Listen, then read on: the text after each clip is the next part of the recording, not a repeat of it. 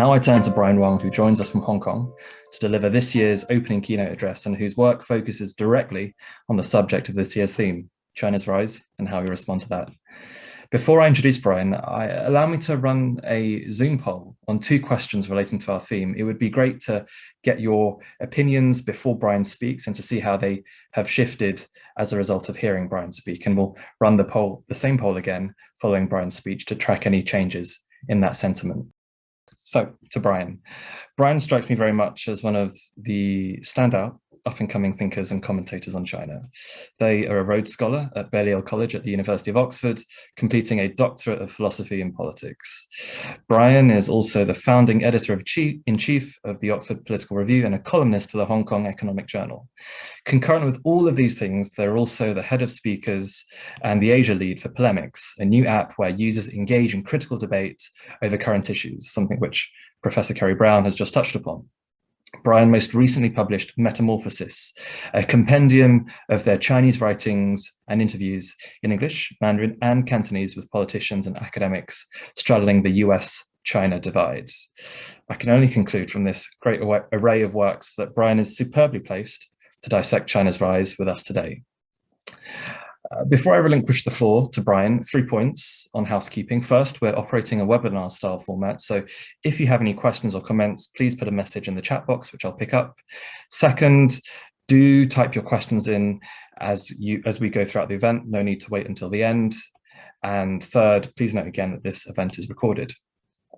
Brian, many thanks for your time. The floor is now yours.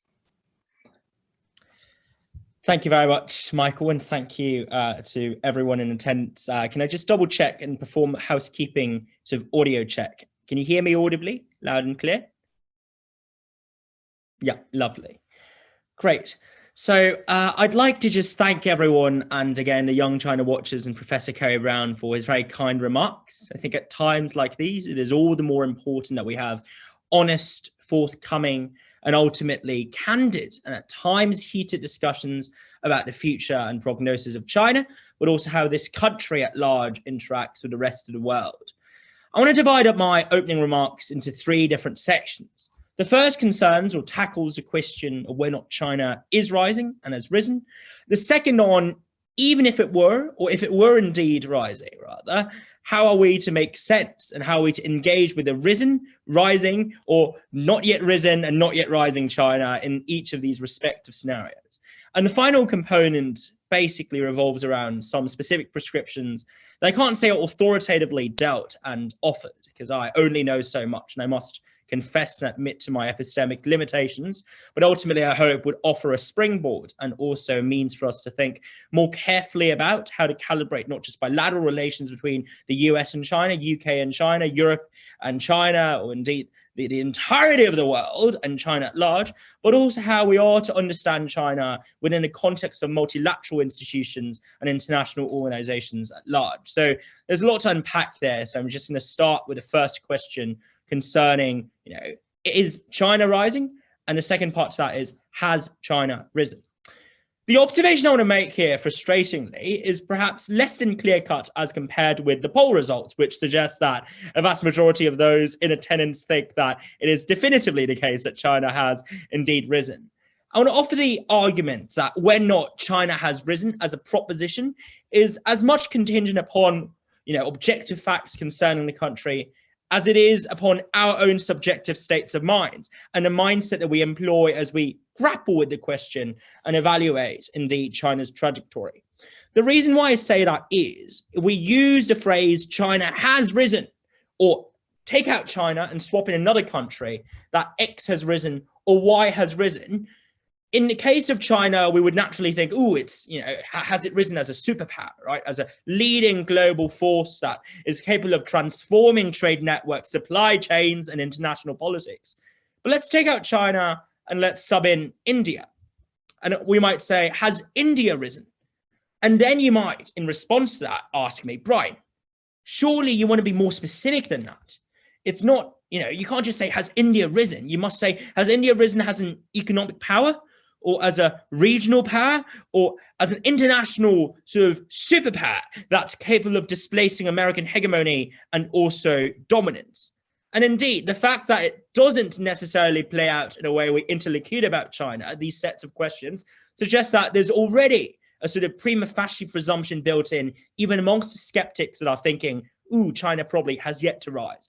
And that is the fact that the metric we're employing to evaluate China is not one concerning whether or not China has risen or is rising as a regional power, as an economic global power, but indeed as a superpower.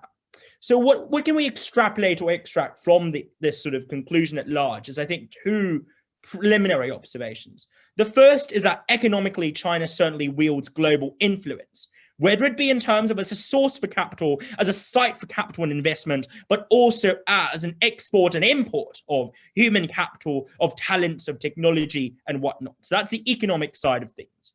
And of course, as a corollary to that, we may also think that China has some degree of regional military dominance, as much as it doesn't necessarily project its military capacities overseas. And a number of overseas military bases China has beyond Djibouti is rather limited. That does not diminish the fact that China has become a potent force militarily and politically within Asia. But the question isn't so much what China has, surely. It's about what China has yet to achieve, and what China may arguably never achieve if you subscribe to the views of those who currently suggest that China would never become a global superpower. And I think these are the questions that are more worth our attention given the limited amount of time we have. The first being, can China fundamentally perform the role of becoming an alternative superpower to America? And secondly, when analyzing China's behaviors across the spheres of economics, politics, and also, I guess, international relations and culture and all that, has China got the potential to become a dominant power, or is it merely going to remain an influential power, which I presume a vast majority of us agree has already achieved to some extent, whether it be in terms of its ability, to shape investment decisions of the largest hedge funds and asset managers in America, to send and export millions of tourists on an annual basis pre-COVID, or indeed in influencing interlocution and cultural imaginaries when it comes to what the world could look like and normative systems at large. So on the first question, really, which revolves around this underlying claim concerning China as a superpower, I want to just express my caution and two reasons for which I remain cautiously sort of guarded about the claim that China has become or will within the short-term vicinity become another superpower. The first being the question of soft power. And China, despite all the strengths and all the achievements that China has managed to put together over the past decades, and let's not set aside, indeed, its impressive achievements when it comes to lifting individuals out of poverty, may not be 600 million, but may still be, and it probably is, a rather sizable amount. Its accomplishments in terms of economic growth and expansion and all of that. I don't want to litigate that discussion, though, because I think ultimately what we need to bear in mind is that China still experiences a dearth of soft power. It had its opportunity in 2008 when it comes to the Beijing Olympics in constructing and shaping up a brand of Chinese diplomacy and a Chinese dream that many could vibe with and resonate with. But even then, and since then, we've seen arguably what's been a notable trenchant turn in its diplomacy and an increasing emphasis upon economic deals, trade, and also other forms of resource-led and resource-centered exporting of goods, of masks, of vaccines, etc., as a means of courting support and also winning over hearts and minds overseas. And the results of that, I think, are rather clear and apparent, that whilst China is trying very hard and has certainly accomplished reasonably well in terms of successfully convincing, I guess, a plurality of individuals in Latin America, in the Middle East, as well as in vast swathes of North and to some lesser extent sub-Saharan Africa, that it is indeed an alternative player in town that offers a viable substitute for the Washington-led order, that fundamentally China still struggles, as of now, with soft power, with convincing folks that it has a set of cultural values and norms that are worth subscribing to, the kind of equivalent to Hollywood or indeed Marvel, Eternals included, as a source of driving up affinity and a sense of belonging and identification. Now, some might say it's not in the Chinese blood to crave soft power, but I tend to eschew such culturally essentialist imagery. I think it's in the blood of all peoples around the world to want to build friendships and win friendships. So I think that's an area in which China has much work to do. But a second caveat to this whole superpower thesis is I don't fundamentally think that when China, especially through, even despite recent discourses propagated by Zhong Nanhai concerning 伟大文明复兴, or indeed the 全人类共同体 or 命运共同体, despite all these discourses, nor is China indeed aiming to become a superpower. And here's where I'd like to draw a differentiation between what President Xi terms, great power and superpower.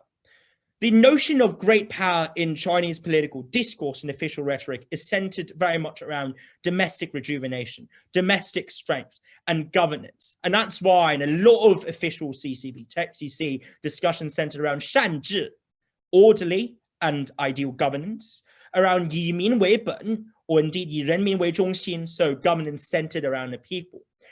China as a whole, as a political entity in the 21st century, is less interested in waging and engaging in elaborate foreign military exercises and campaigns as many of its previous counterparts, including previous regimes on Chinese soil, might have been in the past. And certainly it is less, I think, adamant on the importance of projection of its own direct, sharp and hard power overseas as compared with many of its rivals that we currently see, whether it be on a regional level and on an international level. Then the question might become, though, how are we to link this to the overarching question of, is China rising and will it continue to rise? And this is where I want to reach a sort of partial lemma, having surveyed the range of ideas and points we talked about just then, that ultimately the answer to the question, has China risen, rests with ourselves. What do we think subjectively, or based on some reasonable evidence, the end state of China is going to be? And whatever we take that end vision to be is going to dictate how we answer the question. Because if you were to ask me if I personally thought China has risen in terms of becoming a great power that delivers upon goods and also caters to its own people, I would say it's not quite there. It's getting there, but it's certainly approximating that direction. But if you were to take out that sort of vision or definition that I'm adopting here personally and say, ooh, is China rising to become the #1 power in the world, the superpower with expansive reach and the ability to dominate and dictate decisions of all the countries around the world? And I would say, no, I do not think China is rising to become that sort of power, whether it be because of a lack of innate motivation or the objective external constraints. America is going to remain a significant player in the world throughout the next century. That's not going to go away. Europe, ASEAN, all of these other possible powerhouses that can balance out and cancel out and constrain, even in the off chance that China were to become a hegemonically oriented power, were able to constrain China, would suggest to me at best China would be one amongst many, amongst multiple internationally influential powers, but you can never achieve global dominance, at least not in a standard sort of neoclassical offensive realism's take on dominance at large. So that concludes the first question I want to answer today. Is it rising? Has it risen? And will it continue to rise? The second question then, of course, is what do we do? So as a young China watching community, what exactly is the methodology that we ought to adopt in responding to the rise? I don't have a perfect answer, and I don't want to be sort of prescribing the one and only means which we understand China's rise. But I think if I were to encapsulate what I want to convey here in sort of two critical words, it would be that we need to engage with China's past, present, and future multidimensionally through the lenses of detached empathy. Detachment, because I fundamentally think, we should not be required to, just because we're China watchers, to assume the Chinese state or the Chinese people's understanding of the world as is, full stop, if there even is a homogenous one to speak of in the first place. But empathy, because independent of whether or not we assume the worldview, we need to see, and we need to at least understand the world through the perspectives and also the values and the norms espoused by the eclectic range of actors in China, not just through the lenses of a singular leader or through the upper echelons of the party or through a sort of concocted, fabricated monolith that we take to epitomize the Chinese people. And you often hear sort of discourses that essentialize the people of China in either way. One school of thought would set them up to be completely brainwashed, oppressed, and lacking and deprived of agency. And the other would say, oh, they're all nationalistic, hyper-virulent, militaristic individuals that gung-ho and bent on going to war. Neither of which, mind you, is accurate, and neither of which is entirely, detached or decoupled from reality. There's some grain of truth in that. And that's why we're in the valley of normal, to use the language that from a book that I recently read, indeed, concerning noise.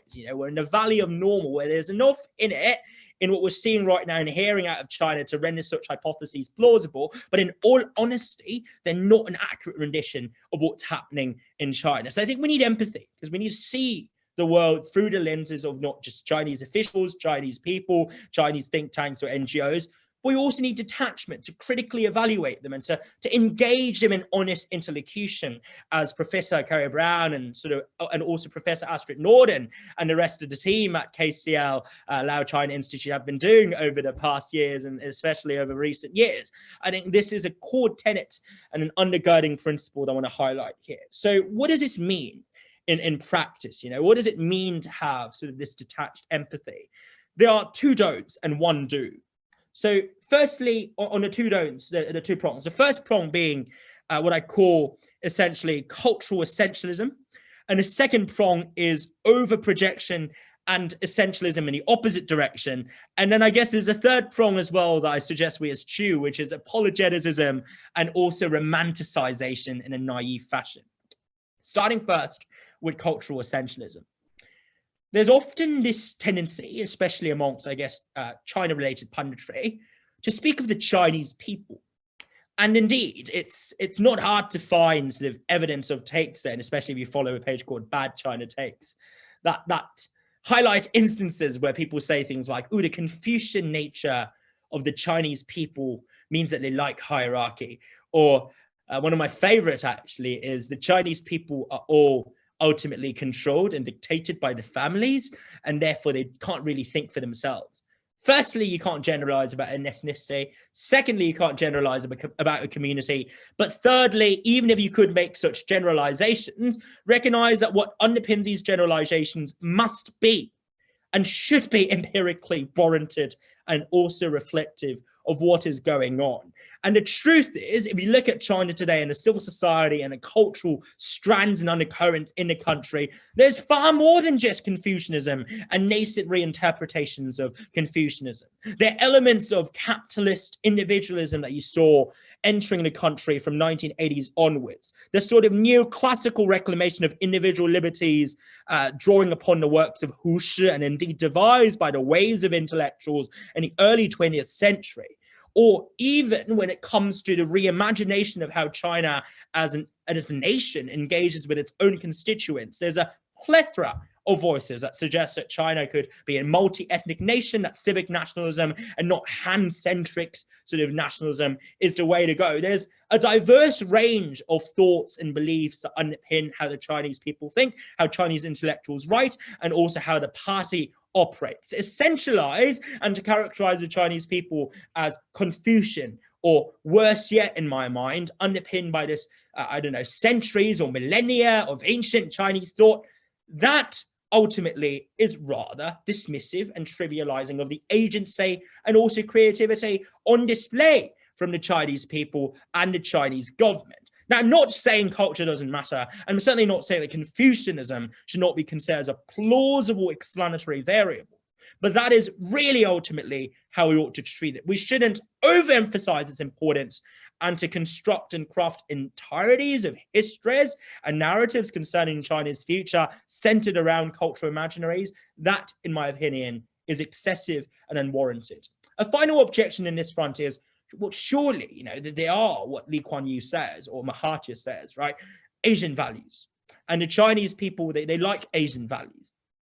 Again, I would approach this with a grain of salt. Yes, there might be some studies, if you look at the excellent works, of course, conducted by the Ash Center and indeed at large concerning the mass attitudes in China. There might be certain divergences in cultures and propensities between the Chinese publics and the counterparts overseas, but we can't and we shouldn't over extrapolate from that into the effort conclusion that China is just a collectivist society that doesn't care for individualism or individuality. You look at the works of Yan Yunxiang, as she talks about, as they write on indeed the emergence of individualism, not individualism, in China in the opening up and reform era, in a Kaifang era under Deng. I think you'll find that many recent sort of works and pieces of literature suggest that there's far more to the Chinese culture and civil society than just a monolith and the monolithic labels we slap onto them in accordance with, I guess, the 60-second hot takes we often hear on the streets and the news. Now, the second dimension to this too is, I think, as much as we need to be wary of essentialisms that invoke sort of, I guess, what I call culturalist imaginaries, we need to also avoid pathologization that fundamentally treats the Chinese people as either victims or indeed as pathological oppressors. So the first variant here is as victims, where quite a few accounts I've read lately, especially sort of grand histories concerning post-1949 China, have sought to portray the Chinese people as victims of the Chinese state. And the narrative goes that the CCP is a blunt force that oppresses, is authoritarian, and really just subjugates the people without any care for the human rights of people in China. That might sell well politically, but it's not an honest take on, firstly, the lived experiences of individuals in vast swathes of the country that have materially benefited from the economic improvements, the amelioration in terms of infrastructure and a substantial investment in education, and also job prospects in industries. But nor does it do justice to those who have indeed suffered, who have indeed floundered, who have indeed found themselves on the short end of the stick, right, as genuine victims. Because the pathologization discourse here shapes them as a natural byproduct of the unique political regime that China adopts. But there's nothing necessary or natural about their being victims and their being left behind of processes of growth and empowerment and emancipation. We can't and we shouldn't, assign this regime type, ergo these consequences narrative as the overarching frame through which we interpret their lived experiences, because that homogenizes them and it ignores a diverse range of reasons for which they might have lost out as a result of the rise of China, as a result of the economic growth and development of their own country with which they may not identify. So all in all, I think that's the first subset of pathologization and essentialism under that I would guard against.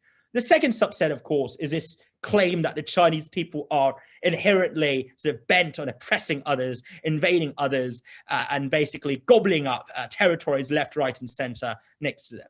This, again, to me, reeks of not just embedded subtle racism, but also a misdiagnosis of the mindset and the psychology that undergirds many of China's recent actions. I want to say this with a preface. I'm not justifying or defending it or saying that this is therefore all right or normatively permissible, but the psychology that undergirds a lot of the reluctance and also animosity from many within the middle class, many who are very much highly educated, who have been Haigui and returned from overseas. The reason why they've cultivated a heightening animosity towards the colloquial West is not because they're brainwashed, it's not because they are, intrinsically invasive or militant folks, but because from their point of view, they are sick of what they see as the West's double standards and also erroneous and selective application of human rights standards as they appraise China. Now, this is also something that is certainly inflamed and instigated in turn through state-sanctioned and also civil society-led discourses harking back to the century of humiliation, to the colonial, or not necessarily colonial, but the imperialist altercations or the altercations with imperialist powers that China has had in the past. All of this adds up then to an overarching meta-narrative, and a meta-narrative that I personally do not necessarily buy into and would ward and caution folks against, but nevertheless is potent and is there, that the West and Western powers at large are envious, are jealous and anxious about China's rise, and therefore seek and are planning to take down and sabotage China's rise through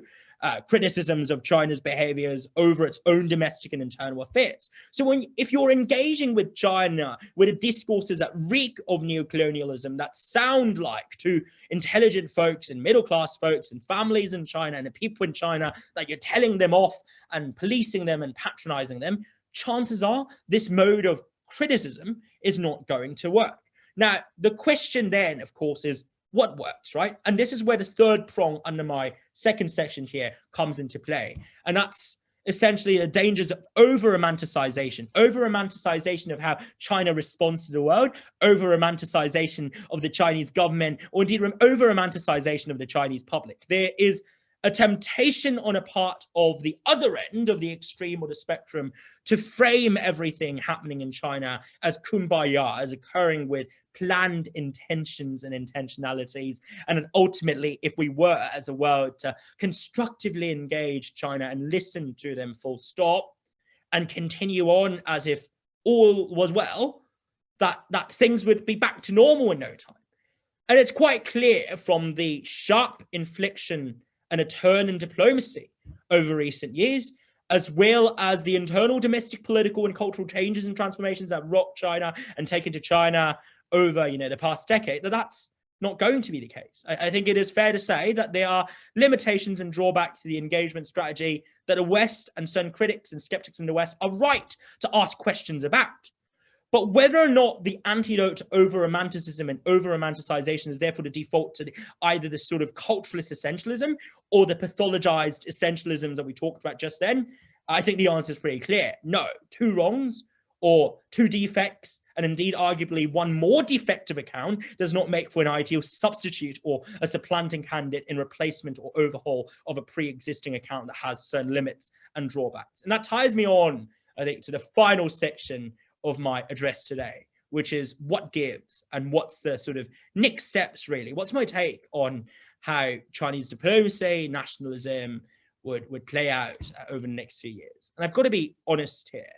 I am increasingly pessimistic about the short to medium term prognosis when it comes to Sino-American relations and also Sino-European / Sino-British relations. That's not to say that in the long term, I don't think all parties would come to the senses and set aside the differences. But what I am saying is that over the next decade or so, I would say we should definitely buckle up and gear ourselves up for a slog. That's not to say we'll see war or a return to Cold War in a capital Cold War sense, where I follow indeed the methodology of John Lewis Gaddis in suggesting that there might be a small Cold War or lowercase Cold War instead of a capital Cold War, even though I do not think there will be a lowercase Cold War either. But that is to say that China and the world at large, especially the developed world and members of the WASP world at large, or the community at large, would find themselves in certainly more acrimonious positions than it had been 10 years back, 20 years back. Recognize, of course, in the case of Britain, there was much talk of a golden era with China as recently as late 2016, or indeed early 2016, at the very least before the Brexit vote happened, under George Osborne and under David Cameron's sort of understanding of Sino-British relations. Or indeed under Obama, there was much emphasis upon the room for a G2 world. It's suffice to say that since then, thanks to a mixture of rising virulent isolationism in America, as well as skepticism towards China, rightly or wrongly inflicted and instigated by recent events, that sort of golden amicability and golden era of, I guess, frank and also neutral term engagement is unlikely to be back anytime soon. But that doesn't mean we should give up hope, nor should it mean that we should therefore default to and turn to what I think is the easy way out, which is to, in a case of the Western sort of discursive sphere, if there even is one, to bash China, and then in China to bash the West. It's very tempting and it's very easy to do that. When it comes to bashing the West, there are all sorts of articles and phrases you can write like, the West is insecure, the West is anxious, the West is over. Or indeed, if you want to bash China, all you need to do is to say, China's done something good, but actually it's not that good. At what cost? China's lifted people out of poverty. At what cost? China's, able to project substantial FDI gains. At what cost? Just add at what cost, and you'll be able to put together an op-ed. The unfortunate reality is these articles and op-eds sell much better than nuanced takes on both the West and China. But just because that's the case need not and should not mean that we capitulate to the populist pressures and what the masses in that discursive illocutionary practice want us to adopt.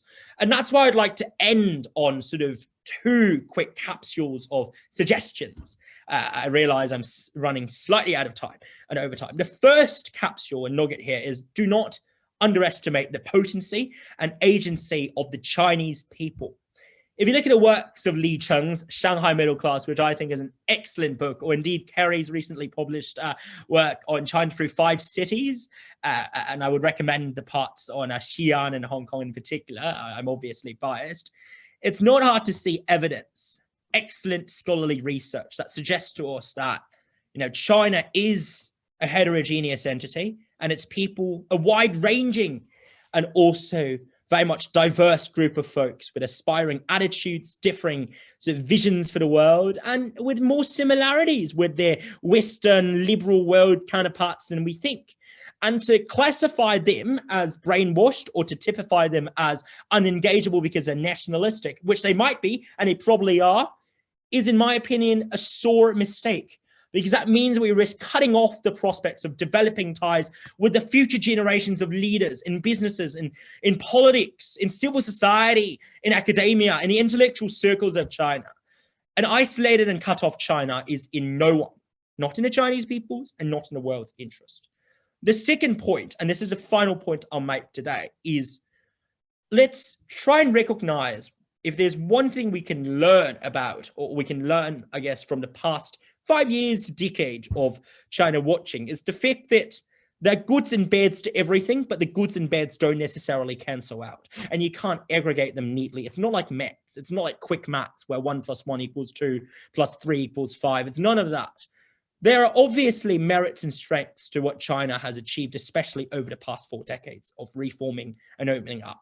Whether it be an improvement of living standards and also an increasingly accountable and meritocratic governance, the introduction of low-level democracy that has arguably been rolled back in recent years, and finally a shift towards rule of law with Chinese characteristics, which again, you can say, depending on your perspective and jurisprudence, has been curtailed to some extent or inhibited over recent years. These are all achievements, but there are also limitations and failures and pitfalls. They're tragedies, they are wrongdoings that need to be reckoned with. And let's be blunt here. They do not cancel out. You can't just say that because China has achieved all of this, that therefore its wrongdoings or the failures are wiped off, the slate's clean. Nor should we say, however, that because of the wrongdoings that occur within the borders and territories of China, and I'm speaking here from my sort of political theorist hat, because that's predominantly what I'm interested in, questions of structural injustice and inequalities, just because of these injustices, therefore, all we should talk about in relation to China is the dark underbelly of it without thinking about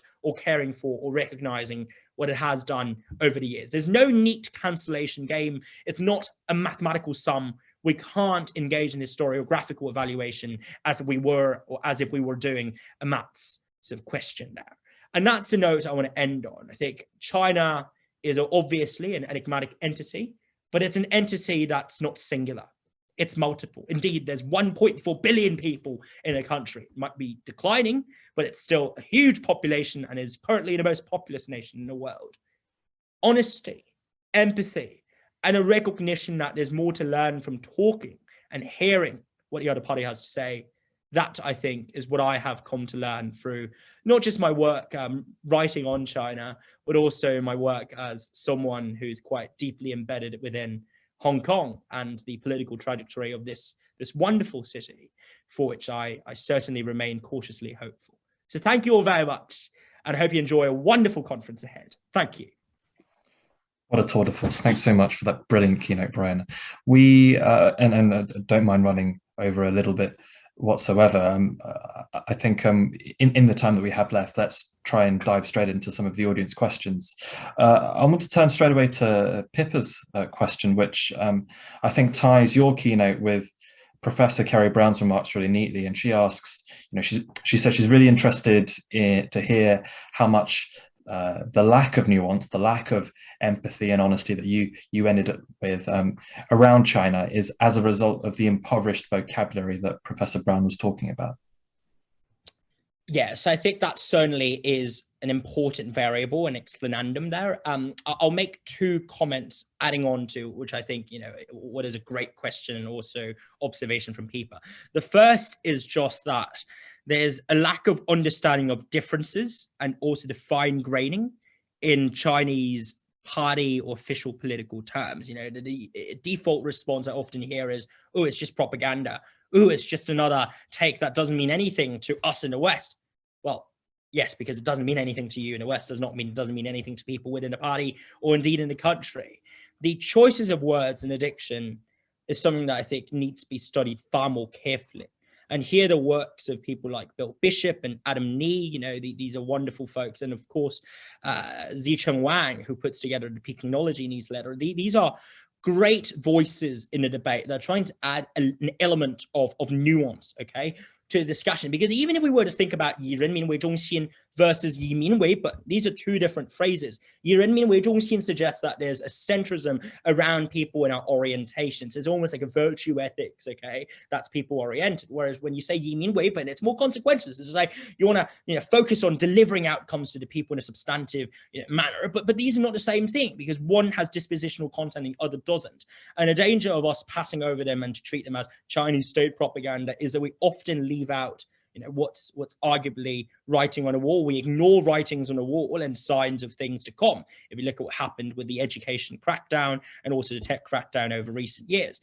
And the second remark I'll note is the Chinese language is interesting because a lot of it is context sensitive. So if you talk about, I'll take a recent example where I think, so I'll just paraphrase it because I want to preface this by saying I don't have an accurate recall of what the exact phrase was, but I think there was a phrase that was used by an official party declaration that some folks translated as "they will smash your heads in," and also ensure that the blood will run until it runs dry. Whereas in Chinese, it's a far more innocuous phrase. So the literal transliteration doesn't quite work. And in translation theory, in Chinese translation theory, there's a criteria called 信达雅, which is to say that there needs to be a conveying of the meaning, but also should be done with elegance, as well as one that's befitting of the context and specific intent of the person doing the communication. My fear here is when translating a lot of the official documents from China, we only focus on the literal locutionary content without thinking about illocutionary or the perlocutionary, so to speak. So that's I guess what I would say in response to that wonderful question. Thanks so much, Brian. Before I ask my next question from Yaming, I just want to run the after poll just to track any changes in how people think about the theme, having heard you speak. Turning now to one of the key drivers of this competition and this rise that we see, technology, and in particular AI. What do you see as being the scope for sort of the honesty, the empathy that you called for in a space that is, I think, dominated by sensitive technology, that you don't get a lot of open communication in, and that a lot of the developments, as far as they're possible, to retain that competitive edge, are kept secret by governments and by private entities?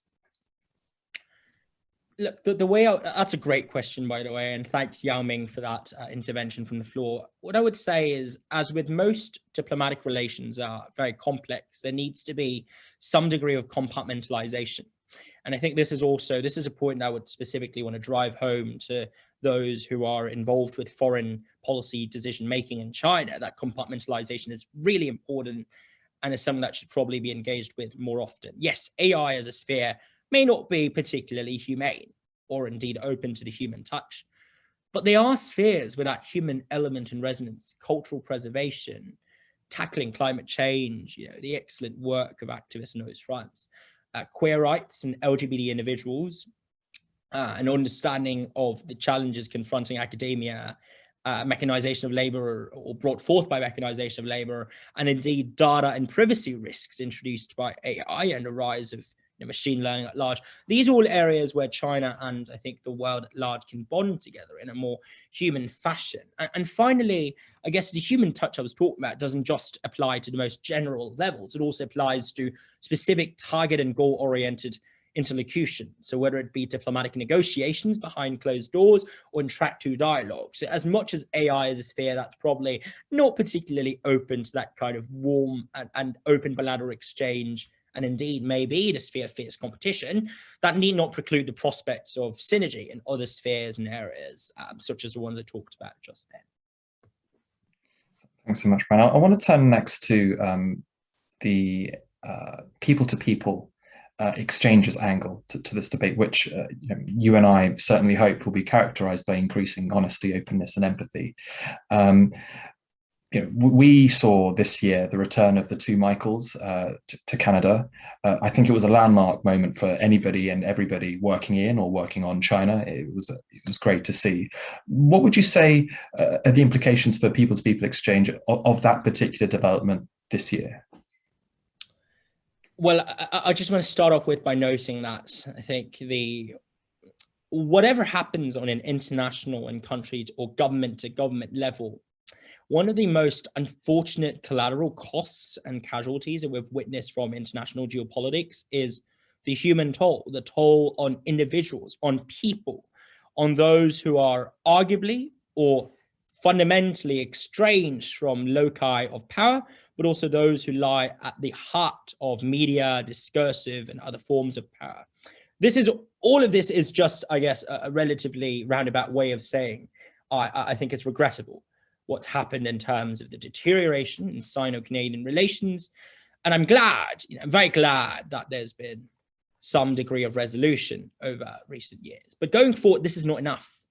The release of captives or release of prisoners on both sides, that's something that's helpful, but it's not enough. What we need really is the resumption of more educational trips and exchanges, academic conferences and fora, as well as the opportunity, and I say this sort of thinking about and thinking of many of my friends working in journalism and media, we need opportunities for honest coverage and also reporting and dialogue between media practitioners and journalists, such that people don't feel that the other side, so to speak, is proverbially manufacturing fake news. I think much of that actually comes down to, it's not about state concoction or the apparatus or indeed particular media machines manufacturing claims, but just simple misunderstandings. And if only we had the room to talk about and engage in conversations over these misunderstandings, as opposed to being shut out because of revoked visas and passports, or indeed allegations of being spies,